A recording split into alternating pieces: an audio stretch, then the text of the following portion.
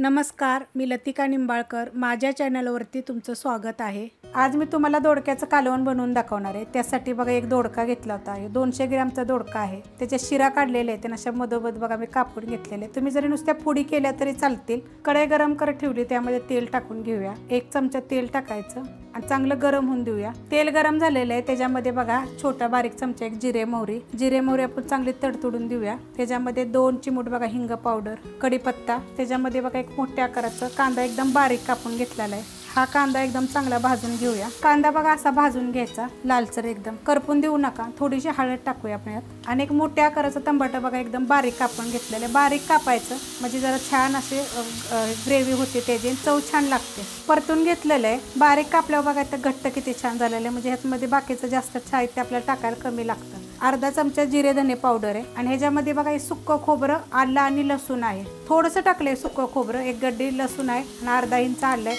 ह्याला मी कुटून घेतलेलं आहे. तुम्ही पेस्ट करून घेतलं तरी चालेल, पण कुटून जर टाकलं की नाही की त्याची चव एकदम छान येते. परतून घेतलेलं आहे लसूण हे टाकल्यानंतर आता ह्याच्यामध्ये बघा 2 ते 3 चमचे शेंगदाण्याचं कूट टाकायचं. जास्त टाकायचं नाहीये, कारण हा खालचा आपण मसाला बघा ह्यामध्ये कांदा हे जे टाकलेलं आहे त्याच्यामुळं घट्ट असं कालवण होईल, एकदम छान लागेल. त्याच्यामध्ये चवीनुसार मीठ टाकायचं आणि आपण ह्याच्यामध्ये आज कांदा लसूण मसाला वापरूया. तुमच्याकडे जो आहे तो टाकला तरी पण चालेल.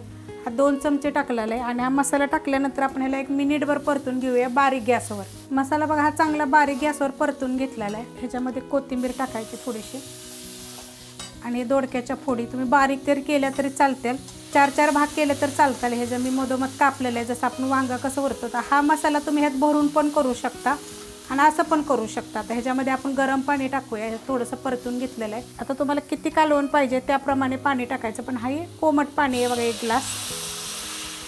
एकदम मस्त असं कालवण होतं. मी ह्याच्यापेक्षा आपण पातळ करू शकतो. 1 ग्लास आपण पाणी ओतलं होतं, गरम पाणी थोडंसं कोमट असं. त्यात आपण अजून थोडंसं ओतूया, कारण आपल्याला दोडका शिजला पाहिजे आणि जास्त वेळ लागत नाही बघा शिजायला. तुम्हाला किती कालवण पाहिजे त्याप्रमाणे ह्यात तुम्ही पाणी टाकायचं. आणि आता ह्याला मी बारीक गॅसवर शिजून देते. तर तुम्ही मिडियम गॅसवर जर शिजून दिलं तरी चालेल, पण बारीक गॅसवर शिजलं की नाही एकदम छान असं होतं. आता हे झाकून ठेवते मी 15 मिनिटासाठी. बारीक गॅसवर बघा 15 मिनिटासाठी मी झाकलं होतं आणि बघा आपला दोडका छान असा शिजलेला आहे आणि त्याची ग्रेव्ही बघा एवढी झालेली आहे. एवढं पातळ कालवण झालेलं आहे. 1 नंबर दोडका झालेला आहे. तुम्ही अशा पद्धतीने करून बघा. रेसिपी आवडली की लाईक करा, सबस्क्राईब करा, कमेंट करा आणि शेअर बी करा.